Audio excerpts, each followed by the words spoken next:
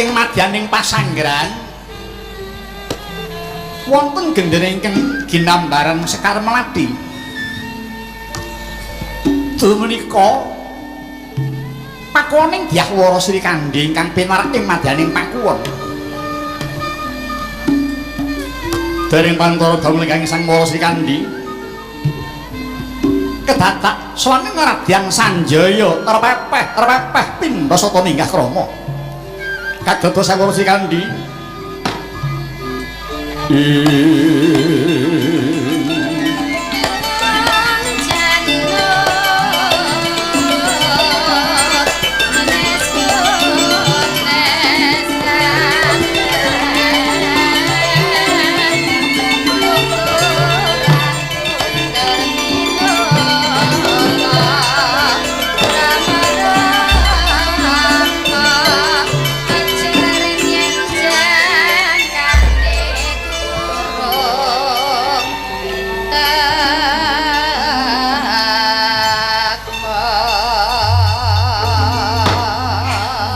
kentonging Paluapindha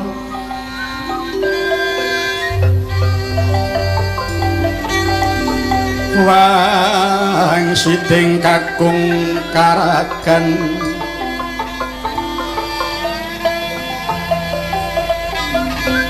hanjrah sabdaning sata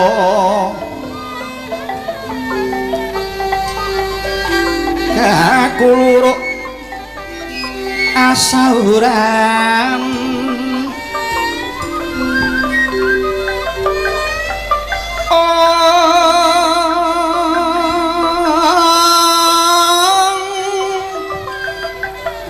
samono pan meh rahimo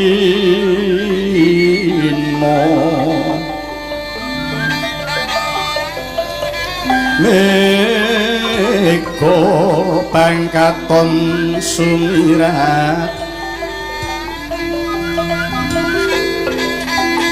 wetahan soroting haruna lenetraning sarirapo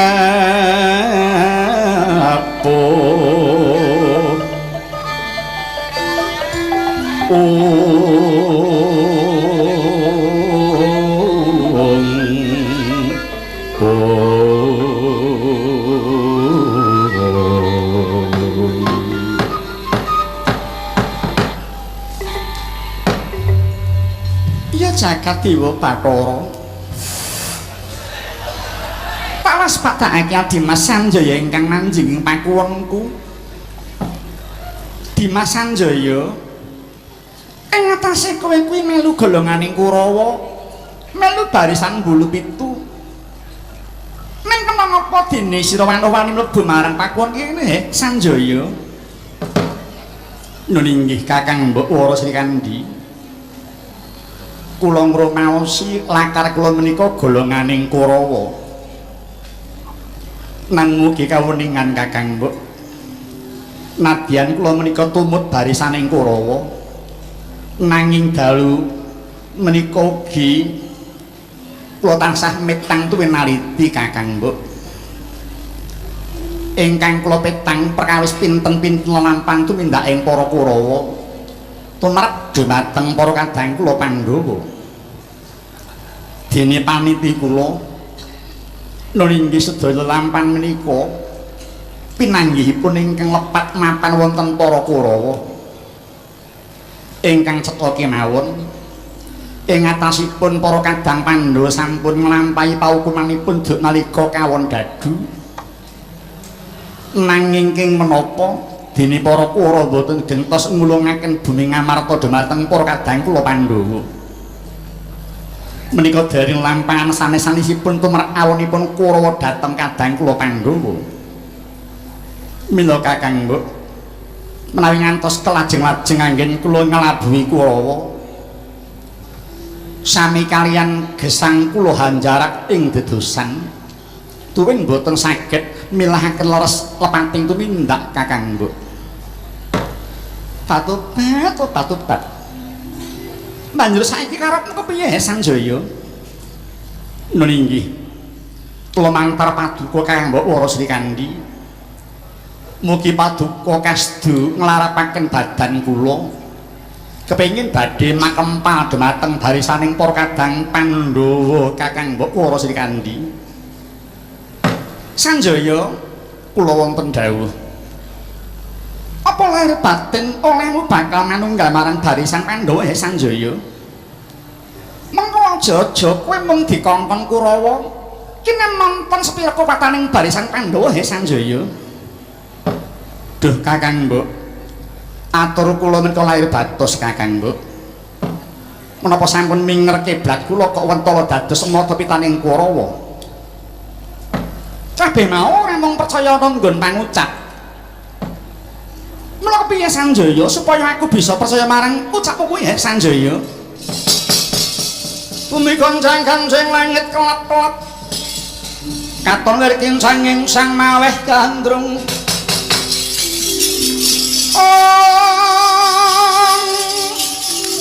Sabarang katulu wukir moyak mayek katon bias bali urun. Lumaris hanggandrung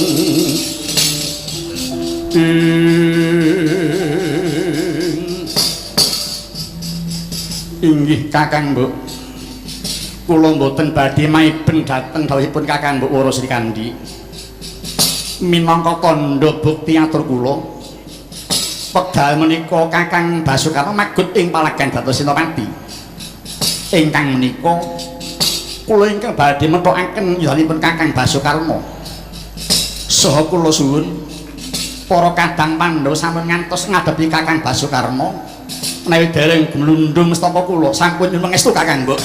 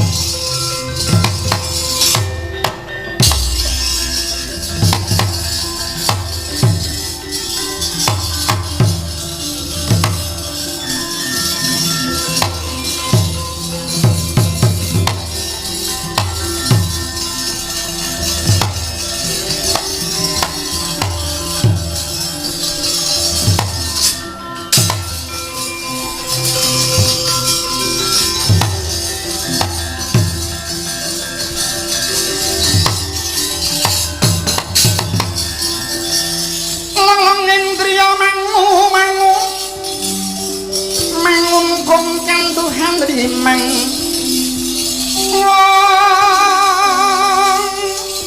lerena tanpa kamin yen tantusa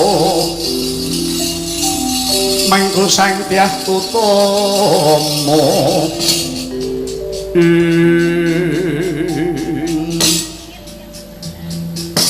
ora pangling Sanjaya ini para nyata kakang aku Sanjaya si Adi kok ana kene pancen aku iki metokake yudamu kakang lho kok dhisik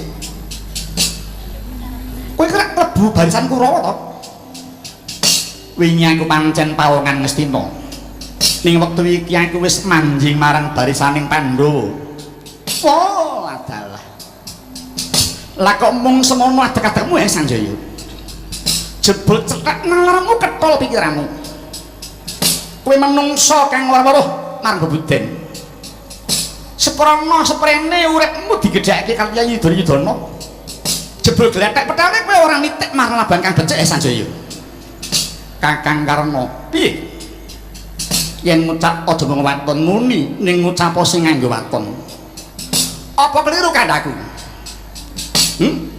kabeh mau nekseni yen kowe kuwi wong Kurawa aku ora ngluputake marang ucapmu nanging kurang bener olehmu mapanake tembung mau Kakang Basukarna uripku ora jeneng digedhekake dening Kakang Kurupati sabab mapanku ora ana praja ngasti nanging aku ning panggombakan melu wong tuaku Kanjeng Rama Yama Widura selawasku urip aku melu wong tuaku olehku melu ngumpuli Kurawa wingi klebu nempuh salah sawijining dalan kepriye nggonku bakal udu menemu bisane Kakang Duryudana kuwi eling marang marganing bebener mula nadyan aku teka ing palagan nanging kowe tau weruh marang aku kapan aku wadu arep kawan barisaning Pandhawa kepara ngrantes pikirku kok ya mung semono nggone Kurawa mentala ngapusi marang kesagawaning Dewi marang para Pandhawa beda kelawan Kakang Basukarna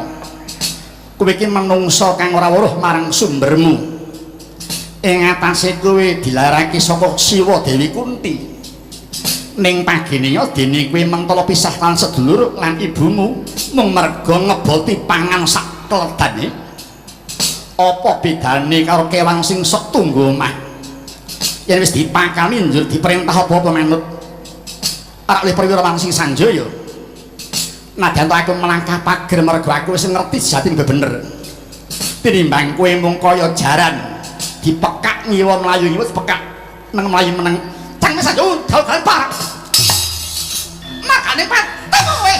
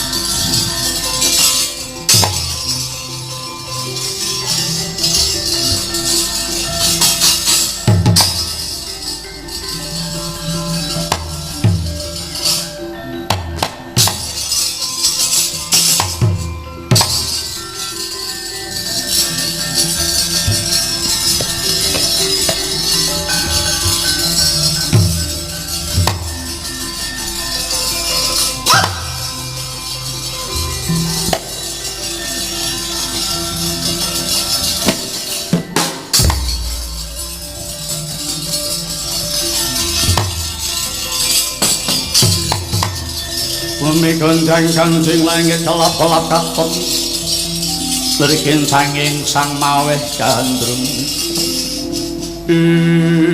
Wah, sang terus tiga malah Ratu Ngawangga. Ayo maju Ratu Ngawangga. Iya, aku durung kalah. Sifat jemparing akan tugel gumpal.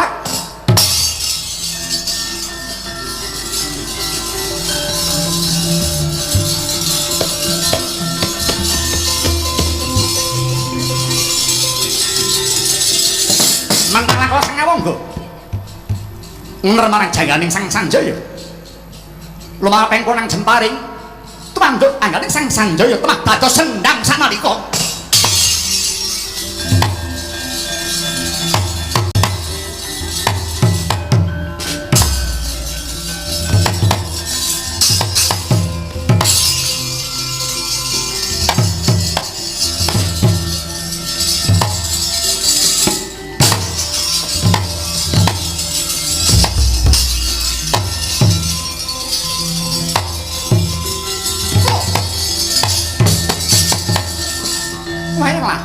Ana kaelokan Gusti gawe pangeran-pangeran lepas sing waras teman marang sanjot dadi sendang sanalika.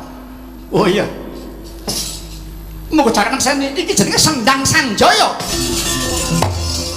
Patobat.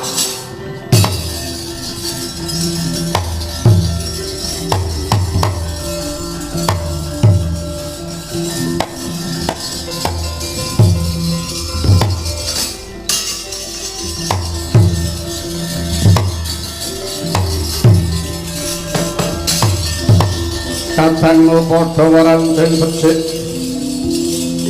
besok hamendemo baris kang prayitna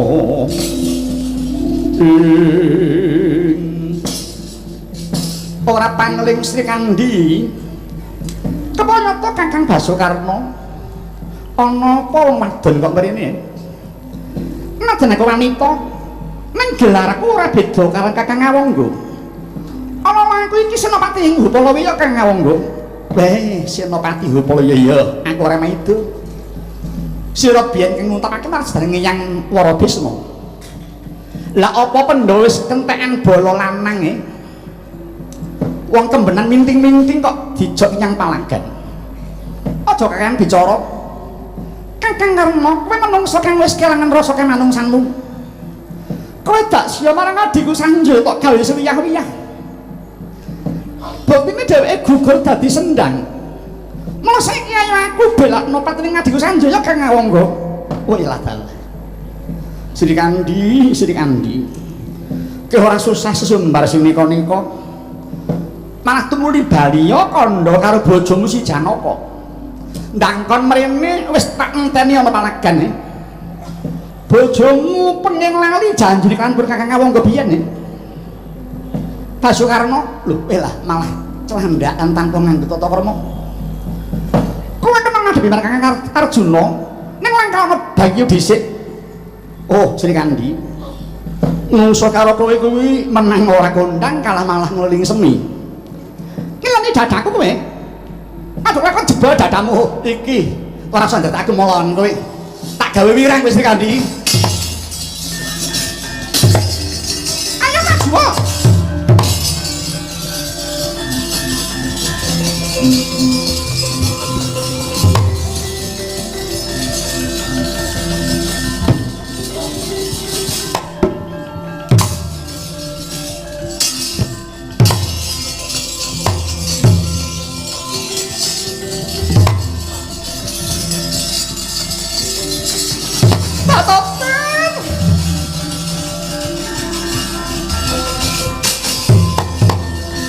Ya jagat Bendara Basukarna kowe gawe wirangku wangi-wangi alasku sing tengen duh pangeran pengatus pun pengayoman pangeran.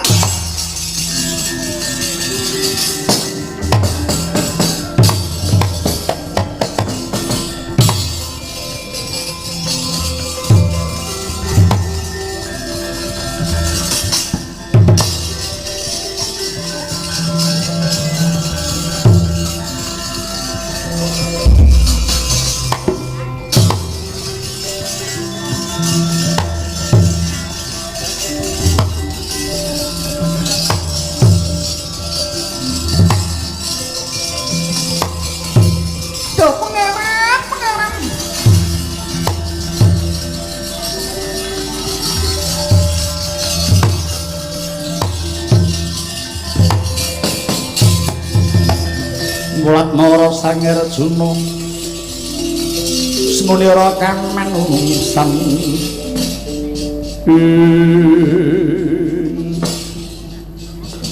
ngapa para Sri Kandi sira sowan kanthi tawan-tawan tangis ya napa Yai tumuli matur Sri Kandi duh Kakang Prabu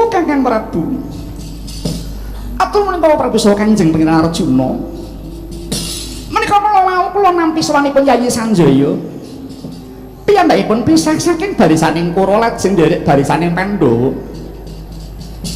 ing sawet kula menika maiben namun Yayi Sanjaya lajeng mbuktekaken prastyanipun kanthi methokaken angsahipun Kakang Basukarna dina iki basane madani palagan dadi tangwaku kusik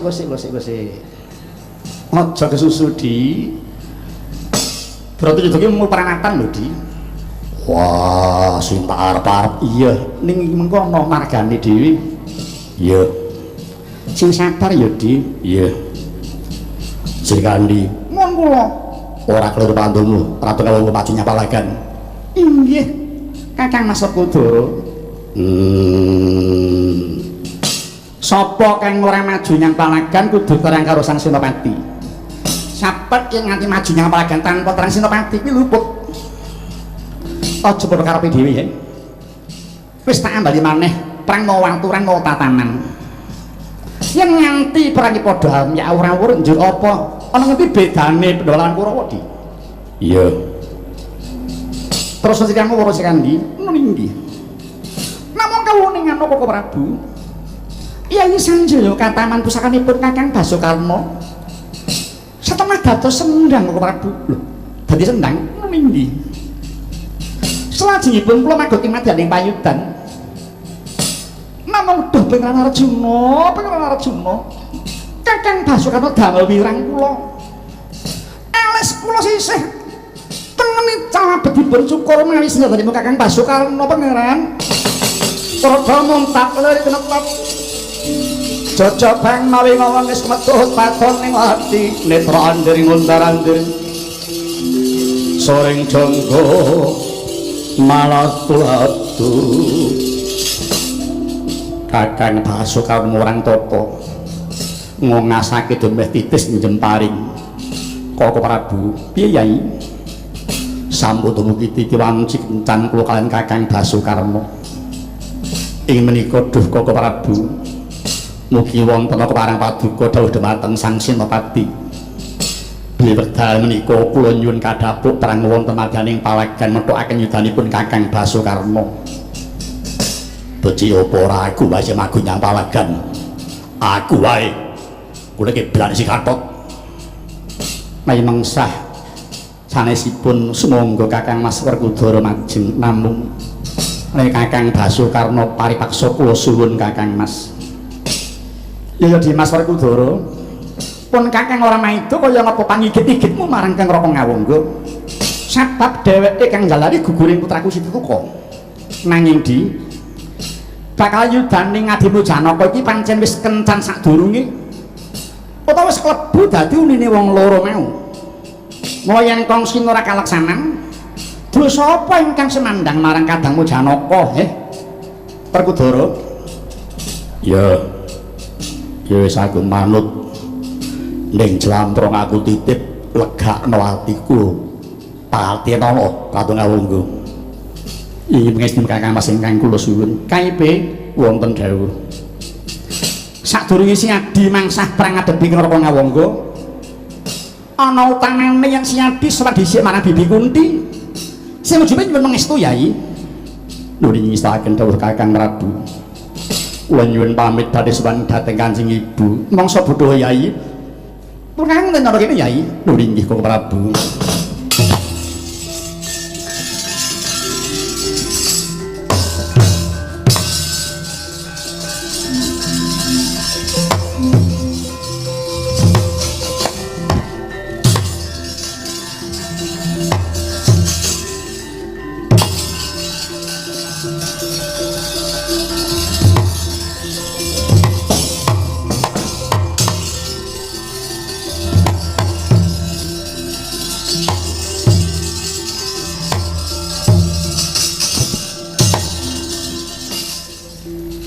anakku lanang ingkang sowan Nggih Arjuna.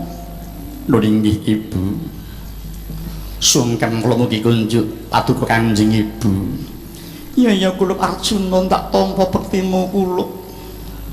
Janaka wonten dawuh. Apa sira sida bakal perang pupuh ngadepi Kakang Mokarna Arjuna? Kaluhuran dawuhipun Kanjeng Ibu. Pramila Ibu, sowan kula menika kula nyuwun tambahing pangestu paduka Ibu. Mugi jaya ing palagan anggen kula badhe ngadepi Kakang Prabu Basukarna menika mangke Ibu. Anakku lanang Arjuna. Kula sendal mayang rasane ngati kudu bisira matur kang mengkono nggih. Sabab ngendi ana wong tuwa mengestoni marang anak ingkang bakal lumawan pupuh nanding sedulure dhewe. Anakku nggih, anakku Arjuna. Sadurunge kowe lumawan tanding mara gage sepisan maneh ripian Kakangmu Basukarna.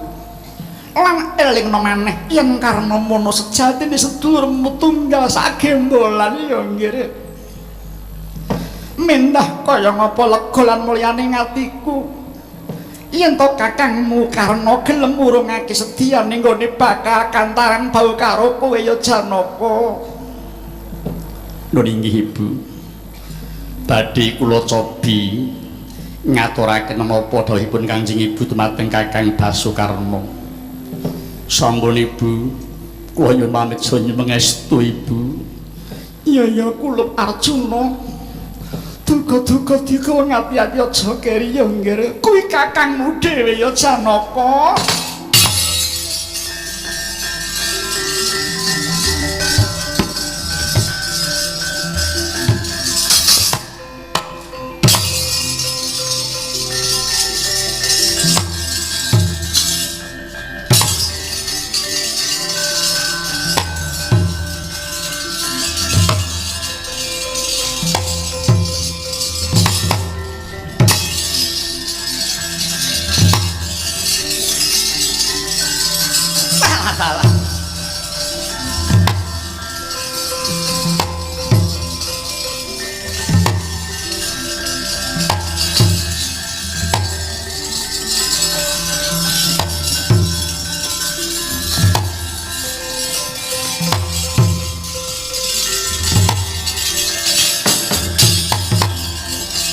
Yogya malih kinaya palupi saya putra ngarepati ngawangga lan Pandhawa karo kadang yen yayah tunggil ibu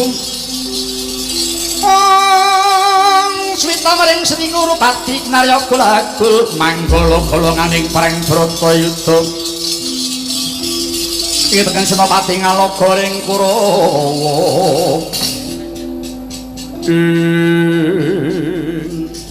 iya jagat Dewa Bathara iki sing tak arep-arep wis manjing pabaratan Dimas Arjuna padha raja sakuwanmu Yai kula nuwun inggih Kang Parang Prabu pangestu paduka Kakang Basukarna wilujeng sowan kula kali saking ranjapaning ditambel ing Tegal Kuru menika Kakang Prabu syukur bagi sewu Yai dene sing adi ora lali marang semayane awake dhewe. Dok nalikane pandadaran sing Suka Lima biyen kae ya Di. Kaluhuran do paduka Kang Ngawunggu. Ning kena apa to Di? Pagene yo lagi ketemben iki sing adi melingan pabaratan. Kuwi jenenge ora ndedawa wektu to Arjuna. Duh Koko Prabu. Mila kula ngantos ora dirandhat magut ing payudan. Lugunipun kula gadah pamrih. Pamrih apa cah bagus? Jumbuh kaliyan dawuhipun Kanjeng Ibu. Bilih paduka menika tuhu kadang kula ingkang sepuh piyambak ingkang nunggil sak kandhutan. Duh Kakang Prabu. Mendah kados menapa lega tuwin mulyaning raosipun Kanjeng Ibu. Menawi Kakang Prabu Basukarna kepareng tetunggilan kalian para kadang paduka Pandhawa. Pramila duh Koko Prabu, mumpung dereng kelajeng kantaran bau suwawi Kakang Prabu kula dherekaken sowan Kangjeng Ibu ingkang salajengipun manunggal kaliyan para Pandhawa Kakang Prabu. Toples. Iya jagat Ibu Bathara. Bejo kemayangan uriping Basukaran duwe kadang taruna kang kebak marang tata krama. Adikku adikku kadangipun Kakang Yai. Selawase urip tanpa ninggal marang kasusilan kowe di. Arjuna pun Kakang wis mireng dhewe mungguh apa kang dingendikake Kanjeng Ibu sarambut tanpa bela natumu Yai. Duk nalikane lakon Kresna Duta pun Kakang wis dipanggih marang Kanjeng Ibu. Kunti lan wis ngendika akeh-akeh. Arjuna pun Kakang ora nampik apa kang dadi dawuh Kanjeng Ibu. Sing kaya ngapa wae pancen aku iki putrane Kanjeng Ibu Kunti kok Yai. Aku putra Ibu Kunti. Menawi ngaten Kakang Prabu kepareng kula dherekaken manunggal kaliyan para Pandhawa. Janaka wonten timbalan. Olehku ngakoni yen Dewi Kunti kuwi ibuku, ora kudu tak wujudake aku kudu kumpul sira sakadang di. Ora kudu. Ya kantipun Kakang kantaran bau kawusyadi lan kudu mati sasewiji iki mengko kuwi mujudake baktiku marang Kanjeng Ibu ing kandhas tepekaning batinku Arjuna. Yai nalikane ibu jengkar saka panggombakan wis nyelakake wektu kanggo nemoni ampun Kakang Awangga duk nalikane pun Kakang nembe mangsa semedi suci ning tepining kali Ganggo. Lan uga wis akeh dawuh saka ibu marang pun Kakang. Klebu pun Kakang bakal kinanti manunggal kaliyan tetunggal para Pandhawa. Nanging pun Kakang puguh ora bisa minangkani apa kang dadi pamrute Kanjeng Ibu Kunti. Sabab menapa dene paduka wangkot mboten kepareng minangkani dumateng dawuhipun Kanjeng Ibu Kakang Prabu. Ngerti ya Yai? Mulane pun Kakang puguh ora bisa minangkani marang pamrute Kanjeng Ibu Kunti. Sepisan wiwit dayi mula Kanjeng Ibu wis mentala misahake marang aku tumrap para kadang-kadang Pandhawa Yai. Nadyan tole misah mau kanthi pawadan gawat lakon Andura Rekla Semana. Nang wujud kang gemelar wis mbuktekake yen selawas kurep ora tau kumpul wiwit cilik karo mengko di. Goroh yen pun Kakang dadi rasa tresna marang para kadang tumestekane batin wis sing sepisan. Ingkang kaping pindho yen nanti pun Kakang kumpul marang kuwi sakadang tetel bakal ilang arming asma Kanjeng Ibu ingkang wis kasandang teka sprene. Yaiku dadi ibuning Pandhawa ingkang wis kaloka ing bab kautamane.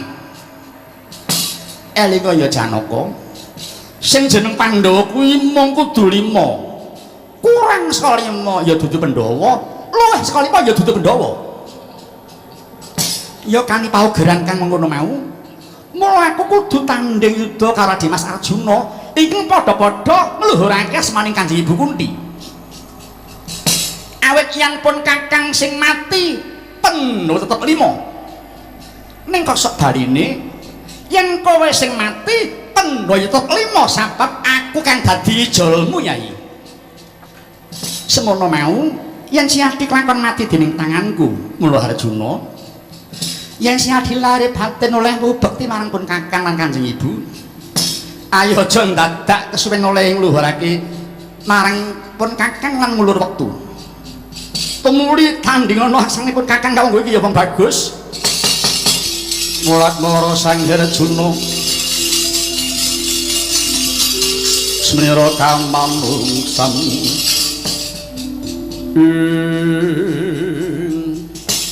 Kakang Basukarna bilih mekaten kersa paduka Kakang Prabu sampun mboten saged kula ripih malih. Kula inggih mboten purun dipun westani tiyang pinjungan Kakang Awangga. Monggo Kakang Prabu kepareng samapta ing gati kula inggih badhe tata-tata samapta nderekaken keparengipun Kakang Awangga. Lah mbok ngono to Yai, Yai.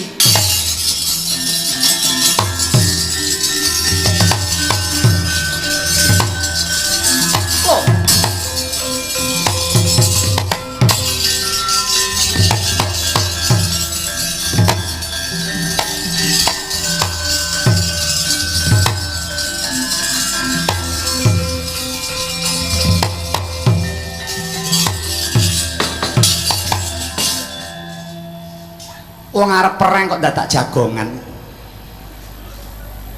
Piye di?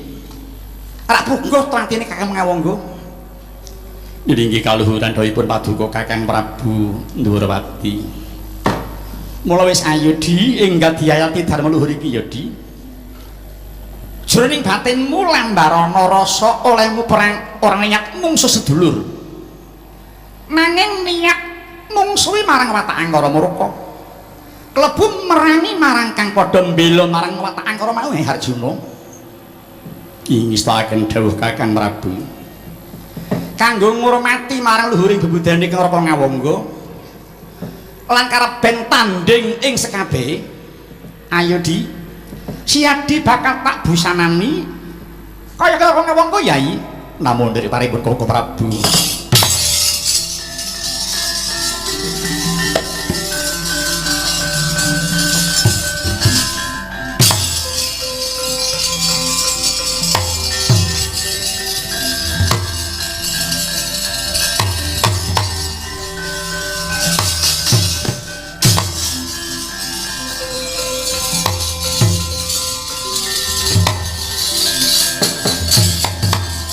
Katanggu padha waranten becik besok hamendemo baris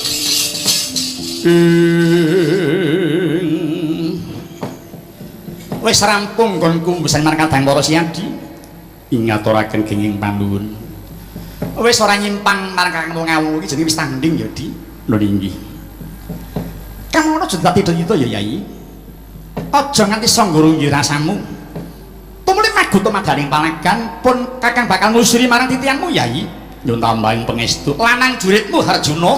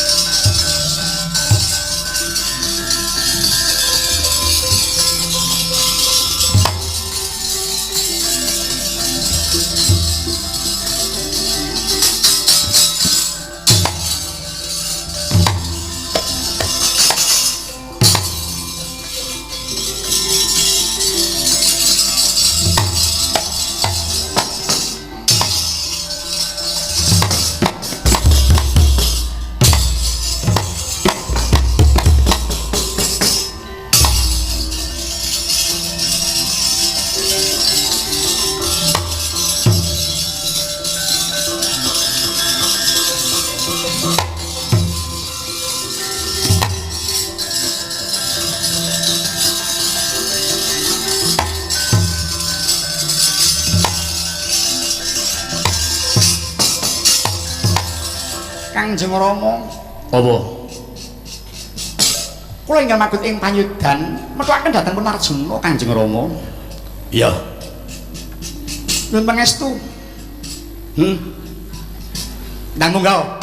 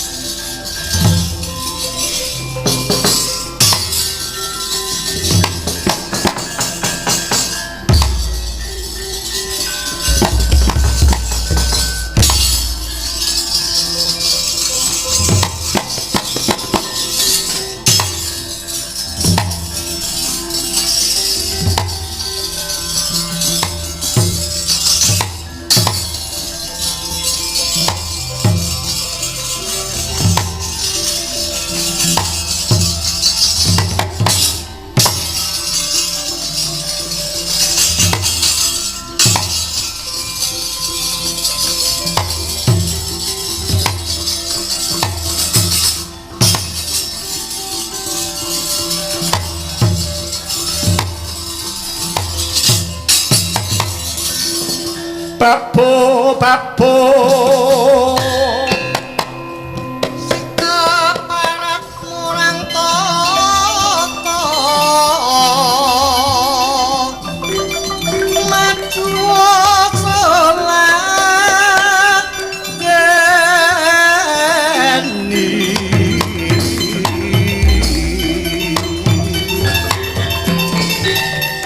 mak dikta nyata sira dikdaya Sukarna Sultan Kikrik yen kongsi lena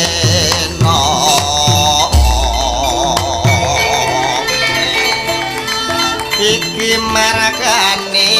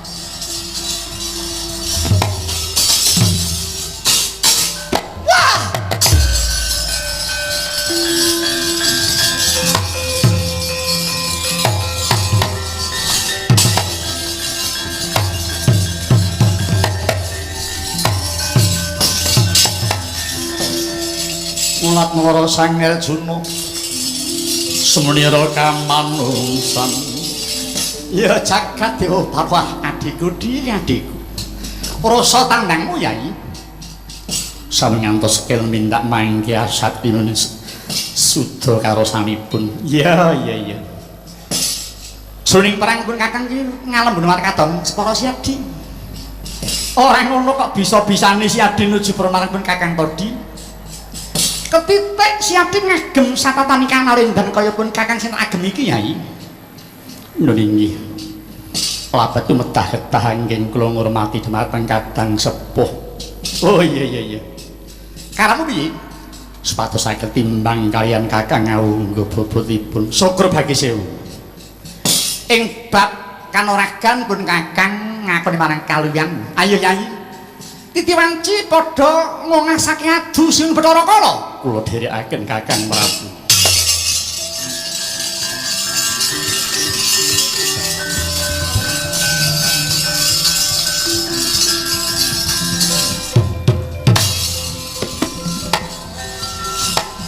Kiai Kala Dite kang awanen jalak ngoceh teh Dharma Arjuna.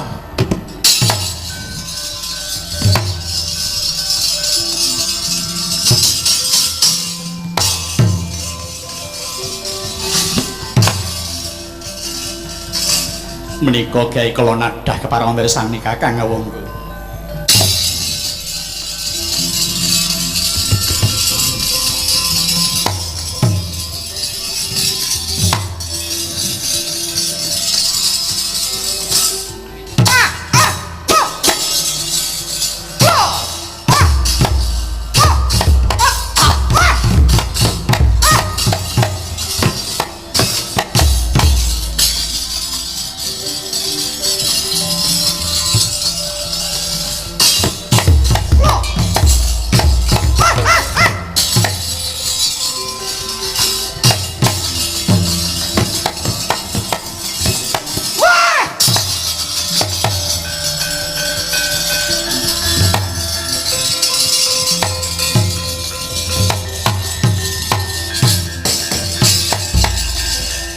waduh Harjuna prigel ngunyu olah marang curiga inggih kula namung nderekaken Kakang Awungga Yayi Siadi kondang seswane gawan duna titis ing bab penjaringmu inggih yen kowe jemparing ora tau meleset ning pun kakne ya semono uga yen nganti oleh kowe jemparing karo Siadi lho kok tutuk uripku kula ayo iki wanci padha ngedumareng karo kan Yayi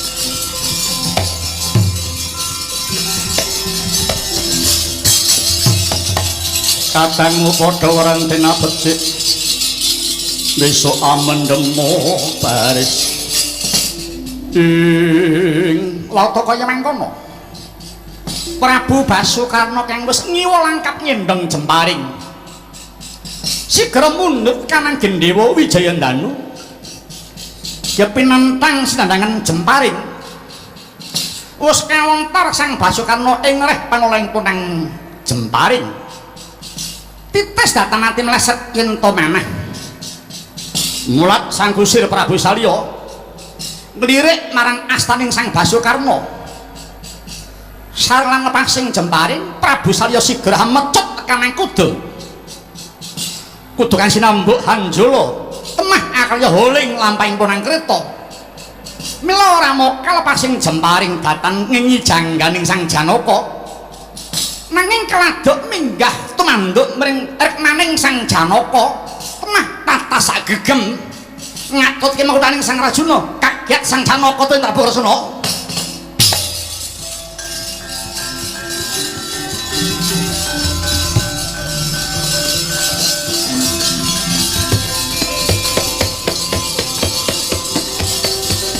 ya ya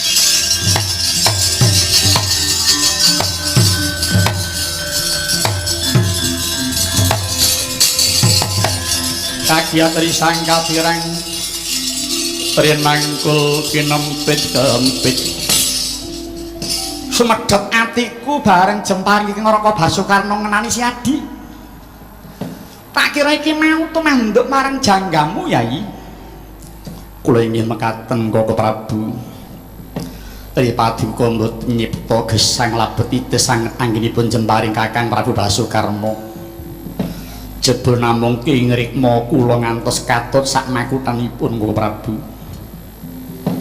Duh Koko Prabu. Rikma kula ingkang ngajeng ical sak tekeman Kakang Prabu. Ning mung bang perkara rambut mengko suwi ya tukul dhewe meneh to, Di. Kok saya ketel tinimbang sing wis. Mekaten iya. Syukur-syukur konjo ngersane pangeran gene kok dudu gulumu sing tatas Di.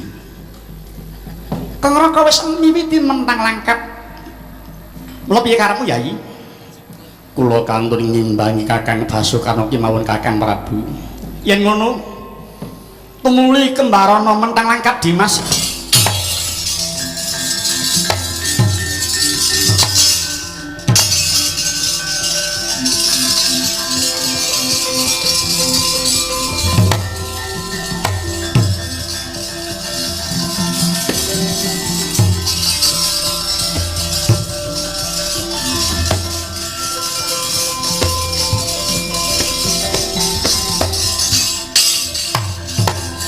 Montang langkap gendewa debya bintaya migading kaya kayu kemuning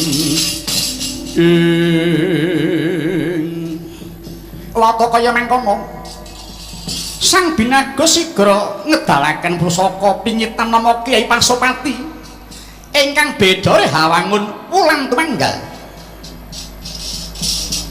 Gya Pinusti kani nyipta wening ingkang kasti saged mungkasi damel mangkono Prabu Kresna kang wis prigel murba lampahing Ponangkreta sigra ngetap langkuda kang denarah amung pernah Prabu Karna sareng bedaring Pasopati sampun trep kelawan jaganing Sang Karna sigra dilepasaken dening Sang Paguna nalika wau nenggih Prabu Salya kusiring Prabu Karna nyarengi lepasing Pasopati Prabu Salyagya ngendhekaken lampahing kreta wonten pasitan ingkang gembel blethok ora muka badya kandhek lampahing ponang kreta abet rodane kajeglong lemah jemblong sak sumur ambane kandheking kreta satemah gancangake tumanduking Kyai Pasopati wis ngampiri jangganing Sang Karna jangga tugel tal muncrat kang ludya kuwandos mampir kreta musta gemlunding ing kisma Sang Karna gugur ing madaning palagan dados surak gemuruh mawuran wadi saking Gopalawiya labet jaya ing palagan Sang Janaka sakodyan Janaka tuwin kang Kresna nyedhaki marang papaning Kunarpa Om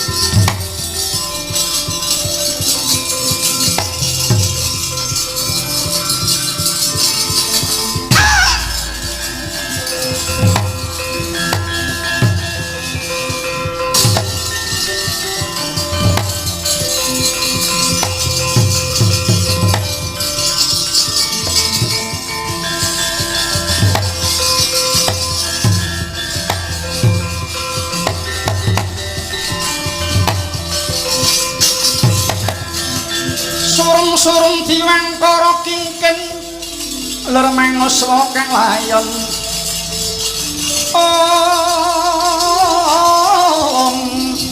denya hilang memanise watananira layung kuma kucem arah nyomaratani